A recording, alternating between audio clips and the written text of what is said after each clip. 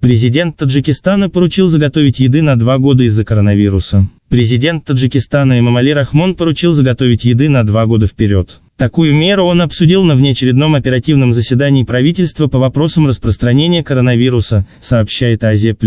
По мнению главы государства, необходимо организовать 2-летнюю заготовку пищевых продуктов для каждой семьи, построить теплицы на президентских землях, а также принять все необходимые санитарно-гигиенические меры по предотвращению инфицирования населения. Кроме того, Рахмон призвал нарастить производство продуктов первой необходимости, в частности муки, растительного масла и риса. На совещании министерствам и ведомствам также было поручено экономно расходовать бюджетные средства и в полной мере выплачивать заработную плату работникам социальных сфер, пенсии, компенсации и пособия. 10 апреля Таджикистан закрыл границу для иностранцев и лиц без гражданства в целях предотвращения распространения коронавируса. Ограничения введены на въезд и выезд через все пункты пропуска на государственной границе. На сегодняшний день в Таджикистане не зарегистрировано ни одного случая заражения пневмонией COVID-19.